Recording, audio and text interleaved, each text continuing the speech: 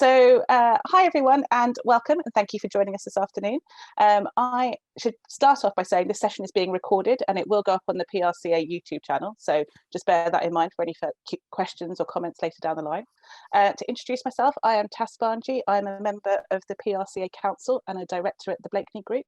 I am leading the PRCA's accessibility and inclusion stream of work this year, and we're focusing on three core areas: women returners and how actually bring people back from maternity leave but then actually keep them and allow them to grow their careers, BAME representation across all levels of the PR industry, and also how we open it up more to be bringing people from different socioeconomic backgrounds. So, as you've probably guessed because you're here today, this session is focusing on that first point in terms of women returners, and I'm delighted to have lovely Aceil Haddad from Pregnant and Screwed with me this afternoon to talk about the importance of equality in the workplace, and it's particularly how that relates to maternity. Aceil has been involved in Pregnant and Screwed since 2017. She is a key member of the team there, driving forward a number of campaigns to end the motherhood penalty, improve flexible working and prevent maternity discrimination. In addition to that very busy workload, she's also just recently set up her own PR agency, Matt PR, as works with clients from across a range of different sectors. So knows a lot about juggling lots of different things at the same time. Between the two of us, we could probably sit here quite easily for an hour and chat about the various issues related to women in the workplace and maternity discrimination. But we really want to make this as inclusive as possible. So please do use the Q&A function to ask as many questions as you'd like, and we're trying to get through as many as we can in the next hour. We'll also be asking a couple of audience polls just to understand where everyone's coming from. So now I will hand over for the first question to Aceil to just say, could you tell us a little bit more about yourself and about Pregnant and Screwed? Absolutely. Thank you so much for having me, and thank you for the PRCA for really highlighting I suppose the plight of women. Anyway, so a little bit about me and Pregnant and Screwed. So my name is Aceil, as you said. I've been with Pregnant and Screwed now since January 2017, so quite a while. But Pregnant and Screwed was launched actually 6 years ago in 2015 on International Women's Day, when Jolie Brearley, the founder, was actually sacked by tech. You know, from her company. She was literally sacked by techs. And anyway, she thought, Christ, is this just me? And so she set up Pregnant and Screwed, and initially it was a platform for people to share their stories, and it can continue to be so, but it's also now a charity. We became a charity this time last year, so I'm a year old. Happy birthday. And we look at things like we mentor women, we have a PTS helpline, we lobby the government, we have a training arm to our charity as well, and we go into businesses and talk about how they can become more female friendly and flexibly friendly, and we also run a series of events. So I hope that answers your first question.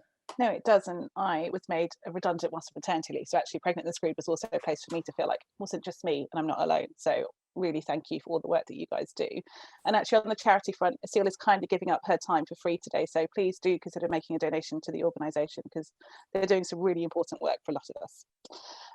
So actually this conversation, this event, while set up months ago, has actually come at a really interesting time in terms of the national narrative around women. So we've had Meghan Markle's allegations of racism in the royal family. We've had the very sad case of Sarah Everard and the way in which the police handled the vigil. We've also had the crime bill, how that addresses violence against women. How has that impacted the work that you're doing at Pregnant and Screwed? And how do you think this will impact the wider narrative about equality in the workplace? Yeah, so I mean, the pandemic has had such a huge and profound effect on women, hands down, and that was before the events that you have highlighted. But what those what the Meghan Markle case and what the Sarah Everard case and the crime bill demonstrates is women are just being ignored. You know, my heart absolutely went out to Meghan when she spoke about, you know, speaking out and asking for help and that help not being there. And I think as women, as mothers in the workplace, we can all relate to that, you know, and that you know, almost being asked to you know, shoo off and deal with it elsewhere. And actually sometimes we need people to step in and support us. So it's really shone a light on the structural inequalities when it comes to sex and race. and just highlighted the sexual discrimination that happens, and happens across the board, what, you know, regardless of where you're from and what you look like. But my concern at the moment is, you know, how do we carry on that dialogue? You know, how do we keep it going? And I hope that the pandemic has demonstrated that these things, you know, that women have had to deal with this for a long time.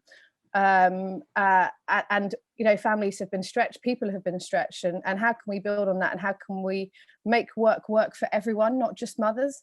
You know, that's what we're really keen to talk about, is, you know, when we talk about women in work and making work better for women, we're actually talking about making the workplace better for all of us. And so I'd love to see that happen in real life, and just, you know, continue that conversation. Yeah, I think that's massively important. And I think it's that recognition that it's not just what works for mums doesn't just work for mums, it works for absolutely everyone. So on that point, I think we go to our first audience poll just to see if everyone understands what the motherhood penalty is, because we discussed it earlier. So if everyone could just quickly answer whether you have a good understanding or not. And then I'm hoping the results just pop up at some point. Fantastic. Wow. So there's only 31% actually think they know what it is. And I think there's a vast majority, so 69% that don't. So Aceil, could you explain it? Yes. I mean, we talk about the motherhood penalty, and that covers a lot of different areas. It is, you know, how it's harder for women to get back into work. It's about, you know, women becoming invisible. It's about women, you know, I don't know if anyone's read the Invisible Women book, but how, you know, health conditions are different for women, and how they, you know, happen for us, and how that's ignored.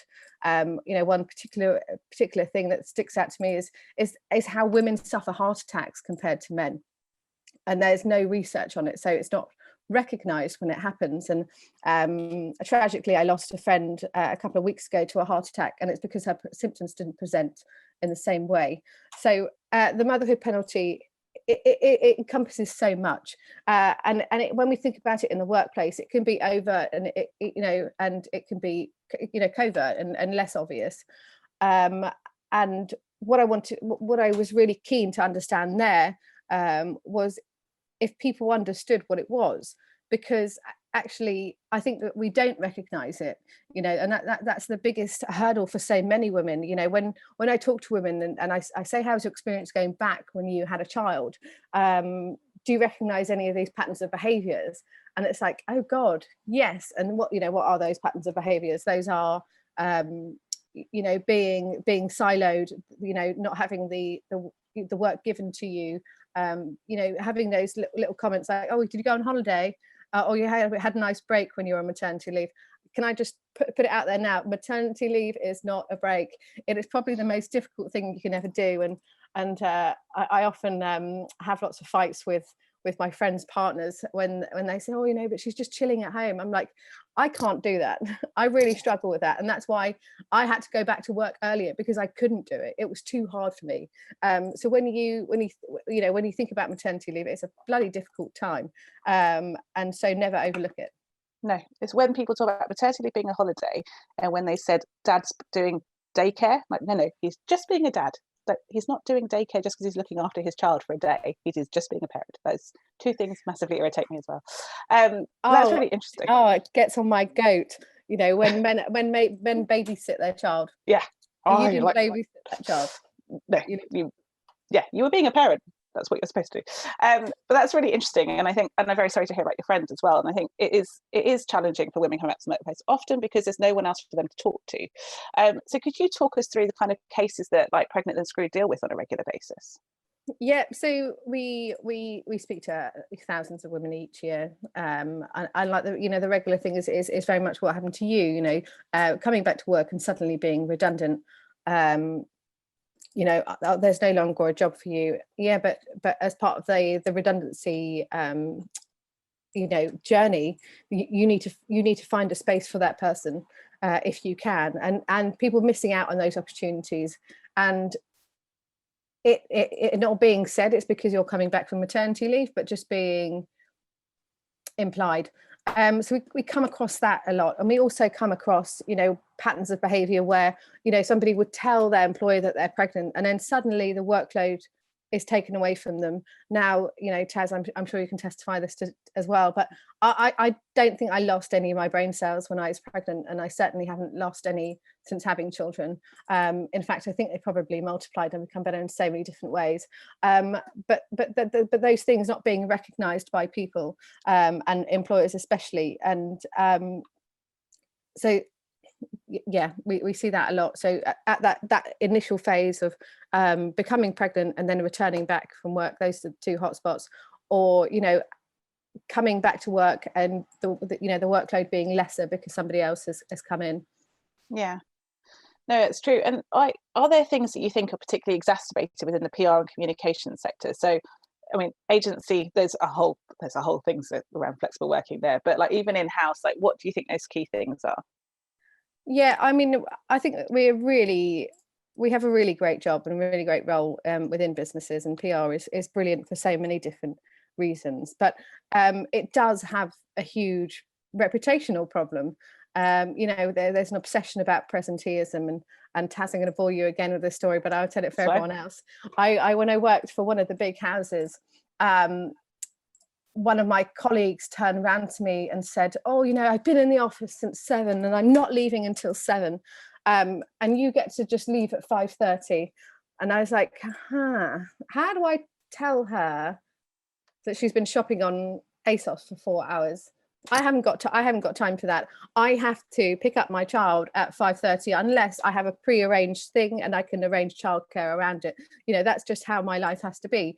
Another issue I think is the inflexibility when it comes to hours, or our time taken for granted. It's expected that we will continue to work overtime for no pay, or work overtime because that's just what's expected. I don't think I think it stems from those early years when you start your career in PR, and it's just expected of you to work until relentless. And entertain your client until 11:30.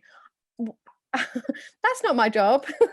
My job isn't that. I mean, I do love doing it, but I don't want to force myself out with clients and carry on and take it, keep going for the sake of a relationship, because that's not what we do.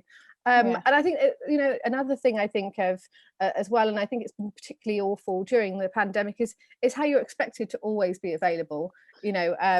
Just before we came on live, Tas and I were just saying, we'll switch off our emails. So because clients are expecting that email back within 10 minutes, because what else would you be doing? What else are you doing? Yeah. It's funny. Yeah, no, that's very true. So we've had our first question in from the audience, and they're asking, is pregnant and screwed involved at all with women whose maternity wellbeing experiences are traumatic? For those who have had poor pre and postnatal health issues or physical and mental issues, which are massively ignored. And actually, that's a really important thing, because sometimes you don't know that those things have affected you until later down the line. As I said before, I was made redundant whilst on maternity leave.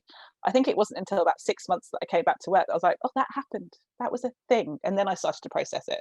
So I think it's a really important question. Yeah, no, of course we do. And, we are constantly lobbying the government about these various different issues. And one that I can think of especially is miscarriages, and women having miscarriages, and there not being space for bereaving. I only discovered this a couple of months ago, but if you lose a baby before 20 weeks, it's not considered a baby. Now what does that say to mothers who lose babies before that, the ones that they've tried for so many years? There's no support, and that it's almost entrenched in law that there is no support, and it's at the employee's discretion. So yes, of course we do, and there are lots of different issues. And we also work very closely with other organisations. So we work closely with Birthrights. We've done quite a lot of them on the But Not Maternity campaign, and I'm sure you've seen there. And what we're going to deal with as a result of the lockdown and of the pandemic is women who have PTSD from birthing alone, and that's something we will really, really champion and push. In Parliament. We already are. No, that's really good to hear, and happy to do anything we can to support it as well. Thank you. So actually, we've been talking a lot about the pandemic and the impact that's had, and there's been a lot of discussion recently about how that's been disproportionately negative on women in terms of working practices and everything else like that. Do you think there are any positives that have come out of the pandemic?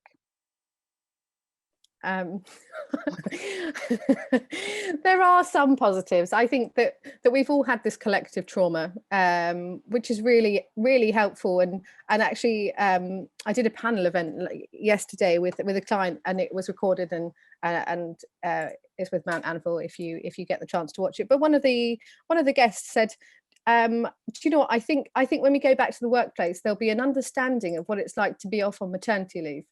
And I was like, I had not thought about it that way. You know, we've all been detached from the physical workspace, from our colleagues and clients, and we have to, you know, reintegrate ourselves in that space. And so there'll be, you know, anxiety, there'll be nervousness, there'll be, you know, imposter syndrome. I think that's something that we're all facing at the moment. And when we revisit the workplace, that we're all going to feel that, you know, men as well. And it's, I think, and I think also poetically, where everything has been very technology based, those people maybe at the top who have less experience of technology because they haven't needed it are going to be coming back into workplace where everything's been going on without them and thinking, where am I? You know, who am I in this business? So I think that is a perverse positivity, is that we're all going to go back and revisit and have that feeling of what it's like to be on maternity leave. Yeah, I mean, I agree in some ways, but I think they haven't had that thing of having to keep a small thing alive, not knowing exactly what you're doing. But yes, in terms of having to reintegrate back into the workplace, definitely. So a couple more questions from the audience. One is to say, what do you say to small companies who say they can't afford to keep jobs open during and after pregnancy? I mean, my initial response is say, is that legal? But I will leave that to you to actually do. Companies don't pay for maternity leave. They are supported by the government in doing so. And something that I always say, especially to small businesses, is think about the wider cost of getting rid of that person. That person knows your you know, how you work, how you operate, they work with your clients. You know, what is going to be the actual cost of fallout if you don't keep them there and if you don't make space for them? You know, there's so often, you know, I speak to people who have been pushed out of small businesses, and as a consequence, because they have the relationship with the client, they are a key figure in the business, and clients are not stupid. They've worked out what's happened and they are not cool with that. And so of course, everyone, you know, you can afford to keep the job open. You can find ways to be clever around it, and you can make sure that the space is there so you can get back to business as normal and keep that momentum and that retention of great staff. Thank you. Just one more question from the audience, and that's kind of asking around someone that wants advice about how to approach maternity leave. So basically thinking about whether they should be going back part-time because it's their second child, but understanding also that working full-time and being a mum is tough, and that just because you finish at 4 doesn't mean your day actually finishes at 4. So any suggestions, or does like Pregnant in the Screw provide advice on how to handle these kind of things? Yeah, we do. We have a flexible working helpline, and we have lots of material that you can have a look at.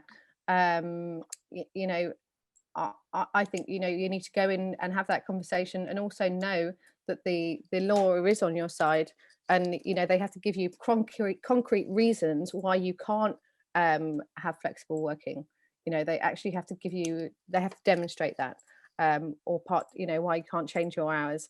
It's funny, I was thinking about that actually before we came on. I've just written a comment piece, and here's some little facts for you. I love facts and statistics. So of the 8-hour working day, we are only productive for 3 hours a day. That's across the board. So 3 times 5, 15. That's part-time hours, and only 25% of us work part-time. So you know, think about that. Yeah, I mean, one of those productive hours is this, right? So I think it's been a very productive one. Let's just quickly go to our next poll, which has actually got 2 questions, so that will quickly come up, and then we can take some more questions from the audience.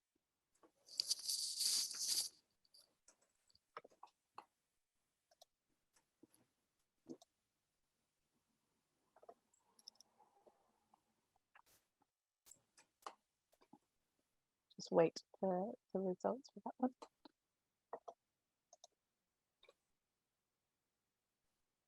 So no, so that's good. So most people here feel like they have faced workplace discrimination, which is really good to know. And then we've got one more.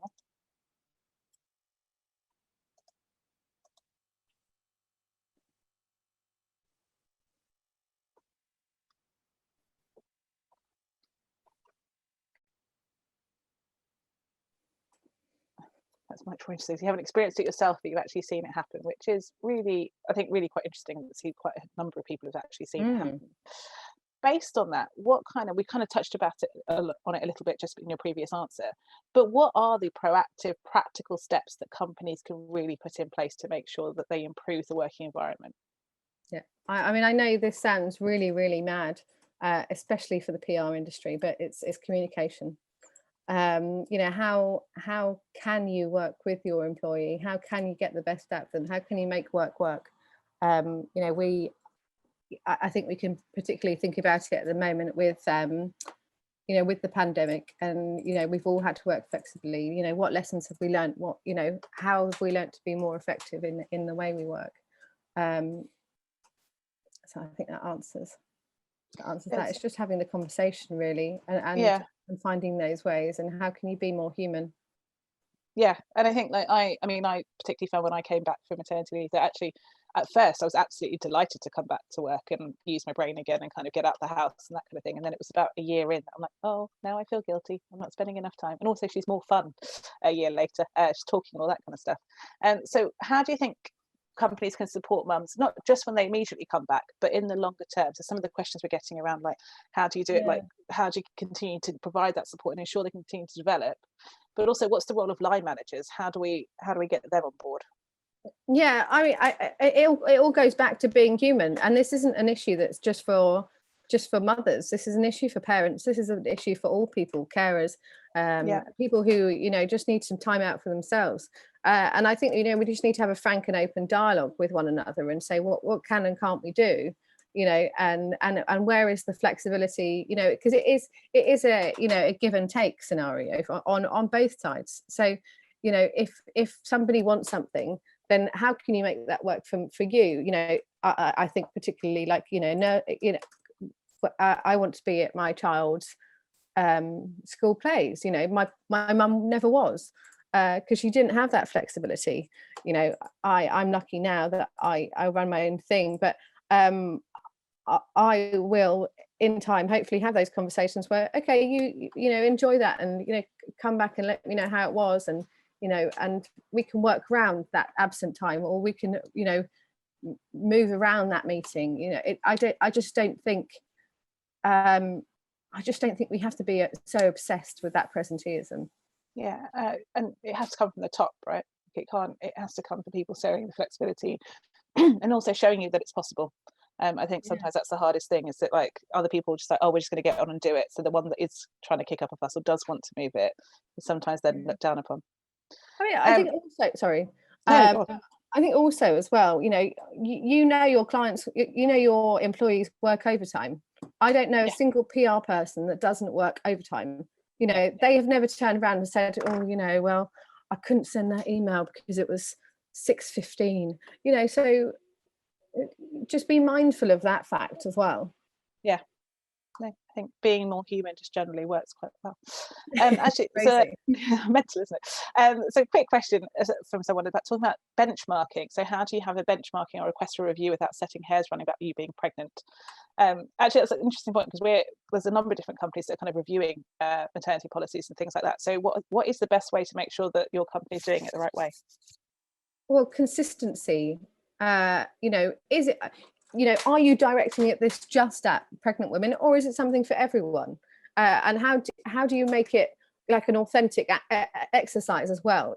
I'm not sure where that person's come from in terms of that question, but it needs to be something that goes across the board for everyone to take part in, and not feel like it's for that specific person.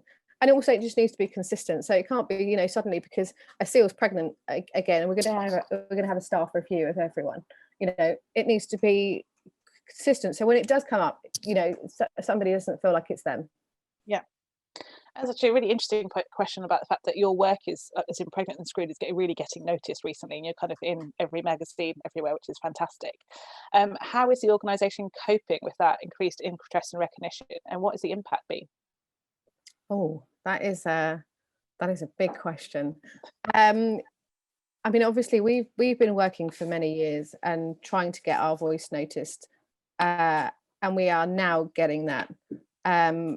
And that has huge responsibilities insofar as, like, you know, we are approached by MPs for our opinions. We are providing you know, facts and figures and real life case studies, and so it's a huge workload. And in addition to that, you know, we've become a charity, so there are different rules and regulations to just being a campaign group.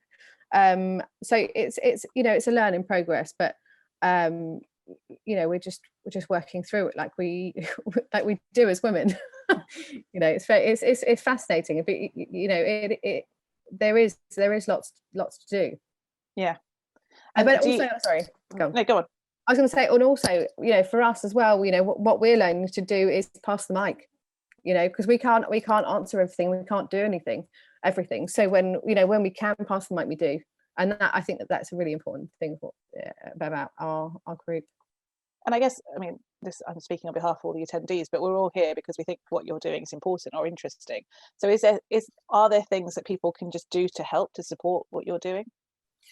Yeah, I mean, I always say this to people: is just talk. You know, it sounds so simple, but you know, education is key. And you know, when you share that conversation, have that, you know, start the conversation about, you know, how women feel in the workplace or how they've experienced it, or talking to your colleagues and opening up to them.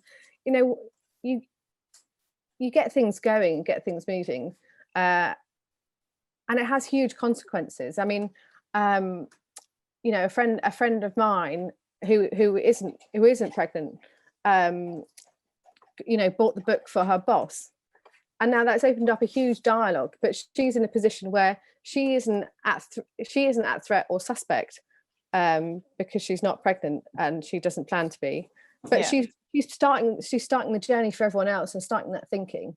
So we can all do little things, and we all have our responsibilities for doing it, because, you know, when we do those things as well, we're creating a workplace that's better for our friends, a workplace that's better for our daughters, a workplace that's better for our mothers and aunts.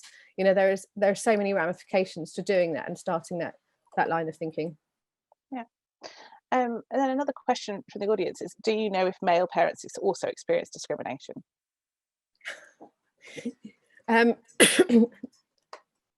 We don't have too much knowledge on this side, but what I can say is that when men become parents, they generally get a pay rise, because it's assumed that they are the breadwinner.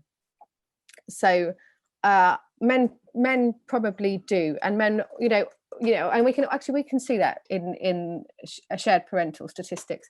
You know, we know that men would love to spend more time with their children, but the actual take up of shared paternity leave is very, very low. So they do experience it, and you know, they do.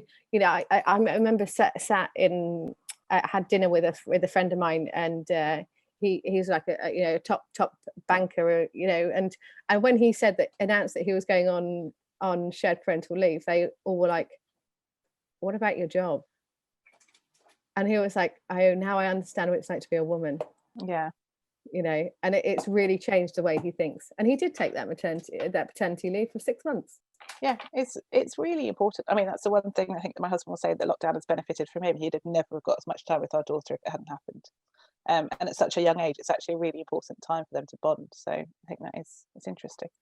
Interesting about pay rise. I'm going to go on to one of those as well. So one of the questions is, how can a PR consultancy be the best possible employer for women before and after pregnancy? Yeah. I noticed that's been asked by a man, so thank you for being here, because it is quite female heavily attended, and actually we need your allyship. So this is brilliant that you're already here, so you understand how women are thinking. You know, hopefully you're getting a taste of that. How do you, as an employer, make your PR consultancy more friendly for women, both pre and before and after. I think it's all about empowering women. You know, I started my career before the Me Too movement, and I think things have massively changed. But what would have been really, really helpful is for somebody to run through basic employment law, and things that I should accept and things that I should, you know, take for granted and not. When I come, you know, when you go back to work, you know, having that discussion about how can I make work for you, and how can I get the most out of you, and you know, the most out of the time that you have. And again, it's just that simple communication stance. Sorry, Yeah. it's really not that difficult. The solution is just having a conversation. Yeah, I mean, it sounds like there's one anonymous attendee who says, my boss told me he tries to care about people, he just doesn't. So it sounds like that conversation did not go very well, which I'm very sorry about. Are there any, I don't know, are there any employers that do this well, that handle maternity leave and women equality in the workplace and discrimination generally? Are they places that just don't have it, that are kind of managing it very well? So I mean, I think everyone could read the news really well in this group of people. So everyone knows the employers that say that they're doing well. I'm just not going to give them a platform, because I know that they don't. I know that there are cases against these businesses. So I'm not going to say that there's anyone who does this well. I think that there are individuals who do it well. There, you know, there's some lovely stories of friends of mine who have you know, become pregnant and have had the most incredible support from their line managers. But you know, this is also a case by case. You know, we can't say a business is right, because actually the onus is on the individual and the line manager. You know, yes, you do take a company to court, but generally it's not the company that's at fault here, it's the line manager. So I can't. I hope that's answered your question, but I don't think it has. It's all about the, you know, the individual that's managing you. I mean, the line manager is really important, and as a line manager, like, that definitely comes into how I treat people. What do you think we can do other than kind of providing them specific training? How do you think we could just equip line managers better, especially within an agency framework where you're often trained to do your job, you're not necessarily trained to be a manager? Yeah. I mean, I don't think that management is as hard as people think it is. It is that simple thing about, you know, understanding people's workload, understanding, you know, where their strengths and their weaknesses lie. It's just having that conversation. So I don't think that really answers your question or gets to where you want to get to.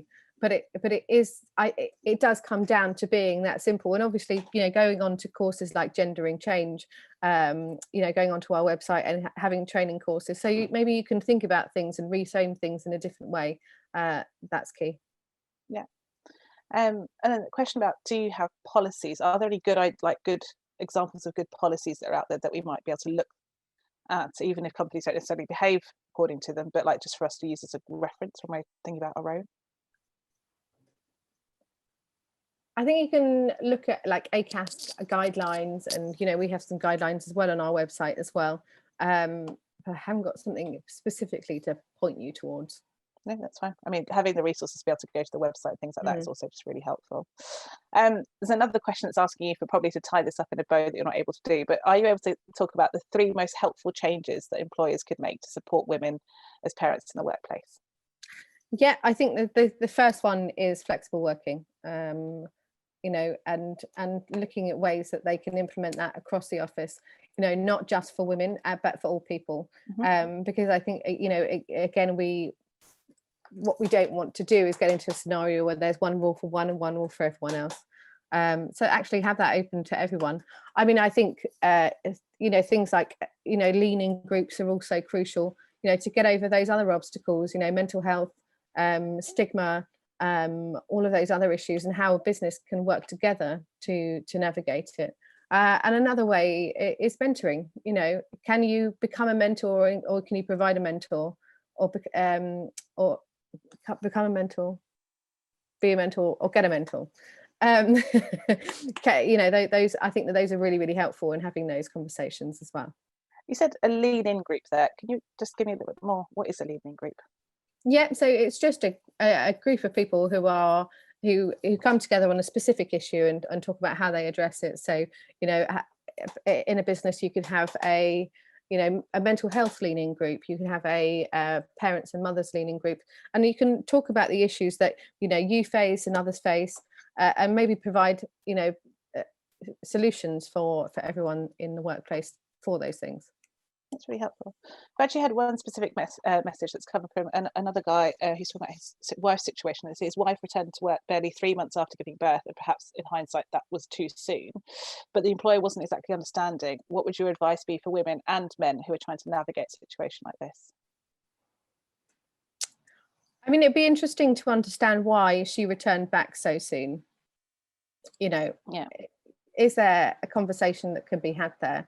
Or are there systematic issues that led her to come back early, i.e. feeling nervous that she's going to lose her job? And so I wouldn't tell anyone how long that they shouldn't have off. I found maternity leave really, really difficult. I really struggled with it. So, you know, for me, it was important for me to go back at 5 months. It is how long I had.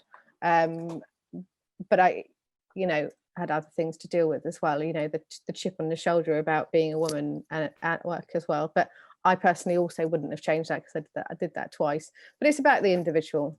Yeah. Okay. Someone's actually made a really helpful point that would be useful for people who are asking questions, but a woman, not a guy called Paul Hackett, has said just on point how to make the place a best place for women to work. They work closely with the UCL Institute for Women's Health and are consistently told that one of the most significant ways to improve women's health and well-being is to teach men more about women's health.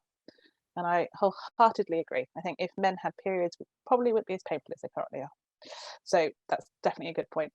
Absolutely. I think understanding that journey and understanding those, you know, sensitivities and fragilities that maybe you hadn't had, you know, the chance to explore is key. Yeah, and it does really help.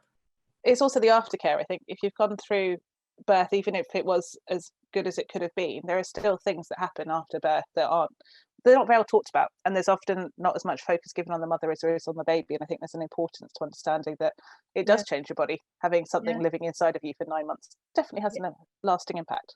Yes, and they're seen and unseen, and you know, sometimes they take their time to rear their heads. Yeah, definitely. We talked about like the line management responsibility, and someone's asked a question about surely there's also an organisational policy and culture. And I think we kind of touched on that a bit before, that there is definitely a need for it to be an organisational thing and to treat everyone fairly. I think it's about equipping those line managers so they understand what that is, and shaping culture, which is sometimes not easy to do if you're part of a big organisation. So even if you or your line manager is really great, if it goes against the grain of the culture of the organisation, that can be tricky. Have you dealt with those kind of things where like the line manager's been really good, but actually just the organisation is the stumbling block? Yeah, of course we have. You know, I think that, but it comes again, you know, the line manager might not be on board, you know, even though the line manager is on board. But I just come back on that point. I think that everyone has the opportunity to speak out and speak about things, you know, and I think that we're also exceptionally privileged as PR people to call things out. And you know, and look at that reputational issue.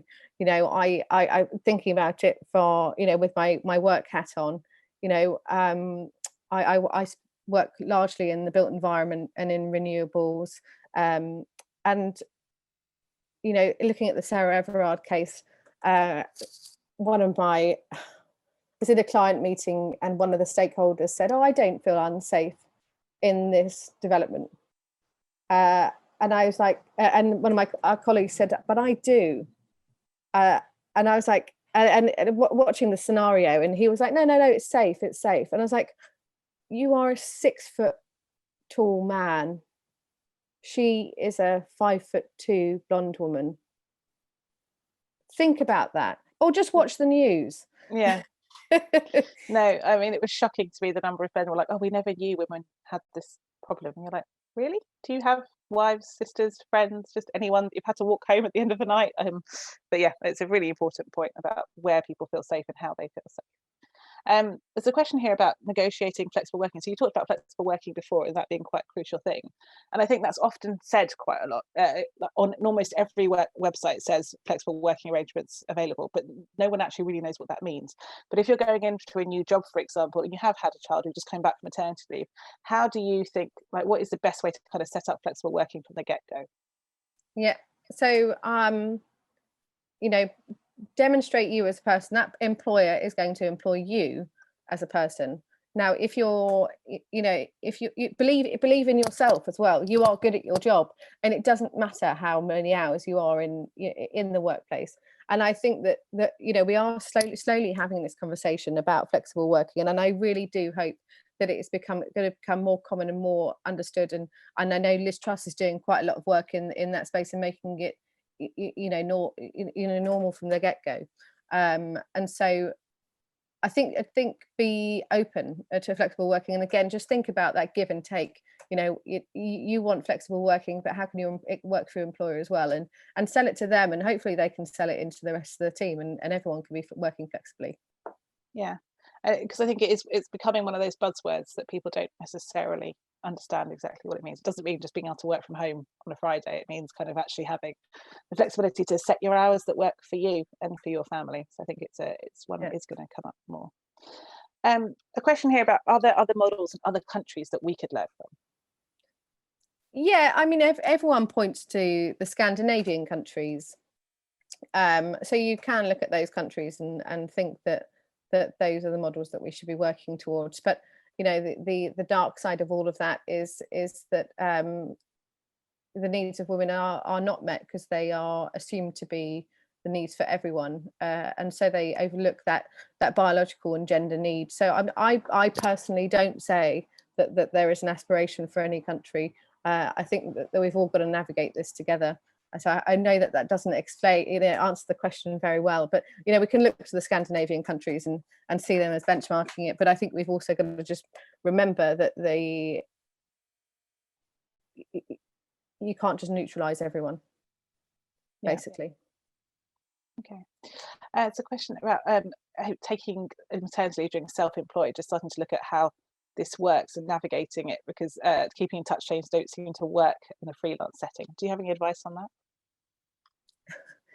Yeah, I mean, being self-employed is really difficult.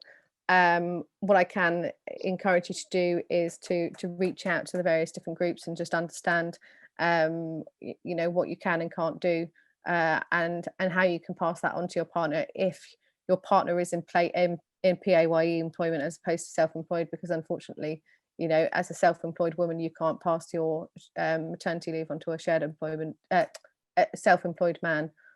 So it's an area that just needs so much changing and reform, especially as we're becoming more self-employed. Yeah. An interesting point here, actually, about a woman that's working in a large male-dominated PR agency and has ended up setting up her own agency.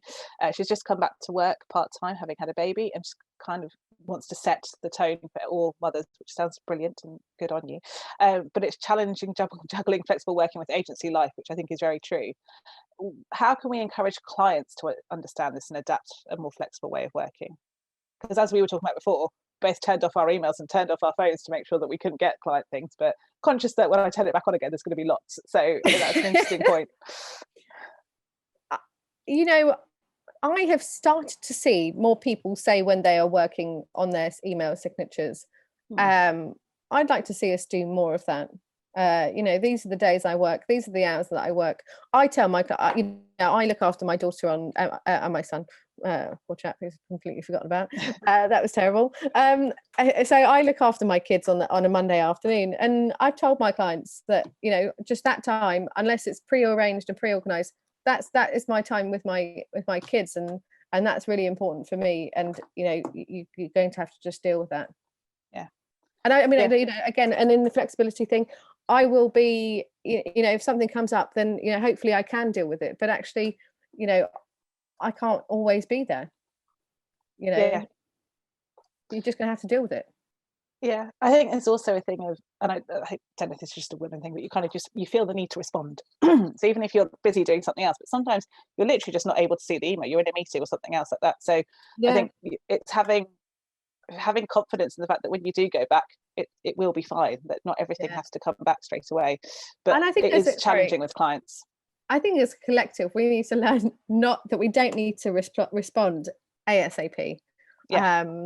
Because you need to set boundaries for yourself, and I've been listening to lots of podcasts about this recently, setting boundaries for ourselves, and I think this is something that we can all learn and really improve from. So I am learning to switch off my emails at 9 o'clock. I will not look at my emails at 9 o'clock, and it's just and it sounds really, really small and petty, and it's still really late at night, but actually that feels really good, just to say, do you know what, I can't really do anything at this time.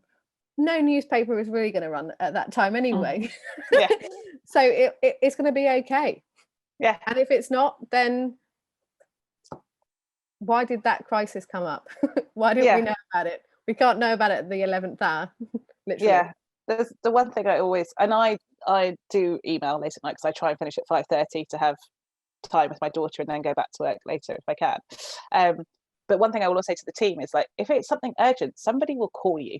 They won't send you an email. If the world is burning down, someone will call you. So don't look at it if you don't have to. And I think when you're in agency, it's really hard because you think, oh, the client's asked something, I must respond really quickly. And it was inbuilt into me that I should do that. But it's now that I'm like, no, they can wait a couple of hours or a day. Nothing disastrous is going to happen if they don't get a response straight away. So it's just having the confidence to be able to do that, I think, sometimes can be challenging. But you are absolutely right there. If it's urgent, you will call. Yeah, definitely. Yeah. And we never switch off our phones, do we? Not really, no, not when you know that's a potential child calling you at some point. So this is actually a really interesting question, and I'm really sorry the situation happened to you, but this woman was made redundant at 6 months pregnant, and her baby's now 5 months old, and job hunting during a pandemic is stressful, and it's also just stressful when you have a small person with you all the time as well. And she was told by an interviewer that her baby was a problem for them, and this must be something that's come up before, very sadly. And then she's asked, do you need to lie about having a child? Well, Tina, that is illegal what they did. Yeah. There's no bones about it. Your child is not a problem. They are a problem. I'm really sorry what's happened to you. And actually, just to say to everyone, you have 3 months to raise a grievance or proceed legal action. This is something that we're hoping to extend because 3 months is not at all long enough when you think about everything that's going on in a woman's life and in a family's life when they've had a child or are pregnant. So they are the problem. Have I ever encountered this? No. Do you need to lie about having a child?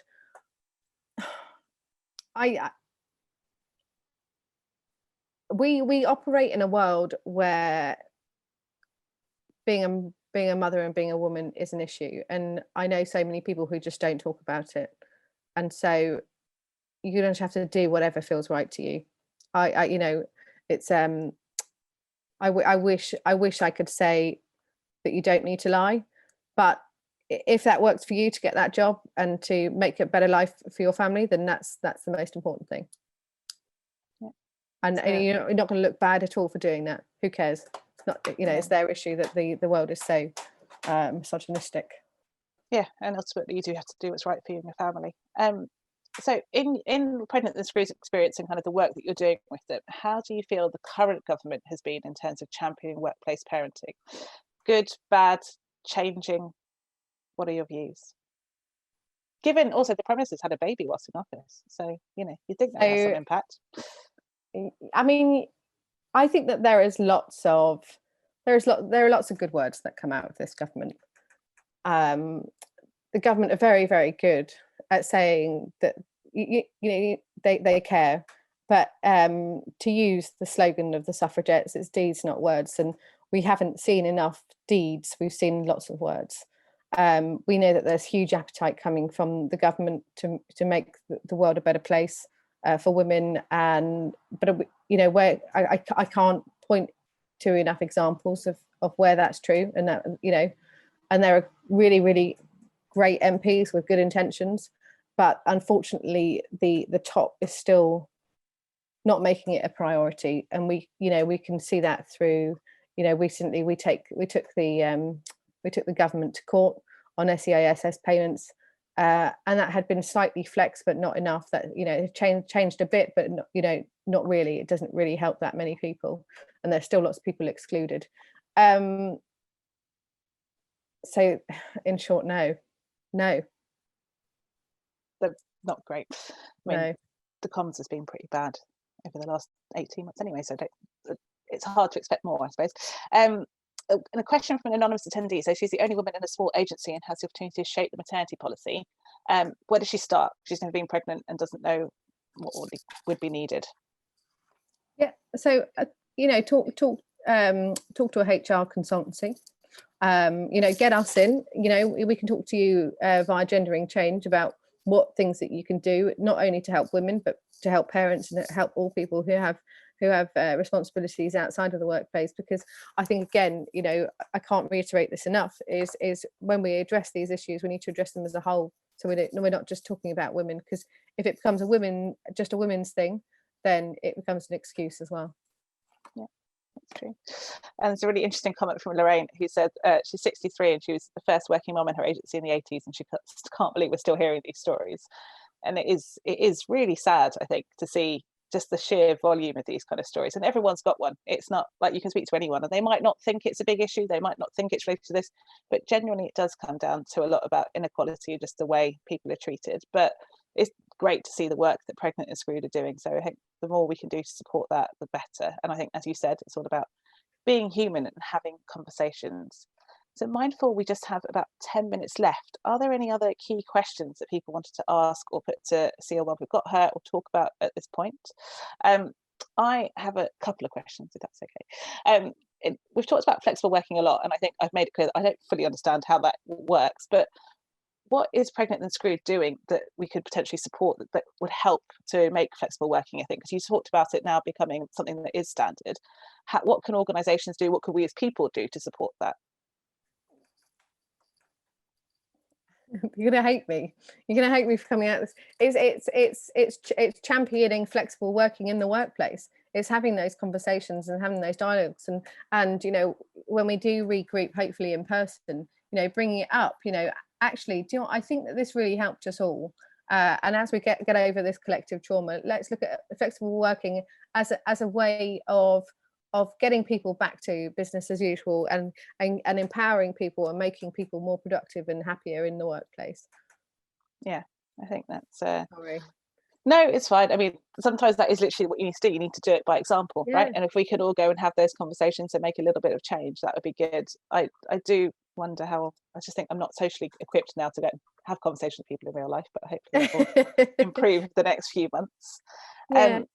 The other question I wanted to ask you, like, there's something that's come up a lot in terms of with women and mothers and things like that, especially in PR, like with the networking thing, and you talked about it earlier as well, like being out till 11 o'clock with like looking after clients and things like that. Have you ever had like advice and things about how you pull yourself back from that, like, and how you can show that you're still doing your job but you're just not going to do the client entertaining? Any tips or advice on that? Gosh, no client entertaining. Not no client entertaining, but like the 11 o'clock kind of. My personal tip was to shift everything to breakfasts. I personally love a good breakfast, so we'd set up loads and loads of breakfasts. And I recognise that for people who are more junior in their careers, that could be harder to do. But that was my pro tip: was shift it to a breakfast. Everyone loves breakfast. Tip. I mean, I think like for me, I always tell myself, like, stop with the FOMO. You aren't going to miss out.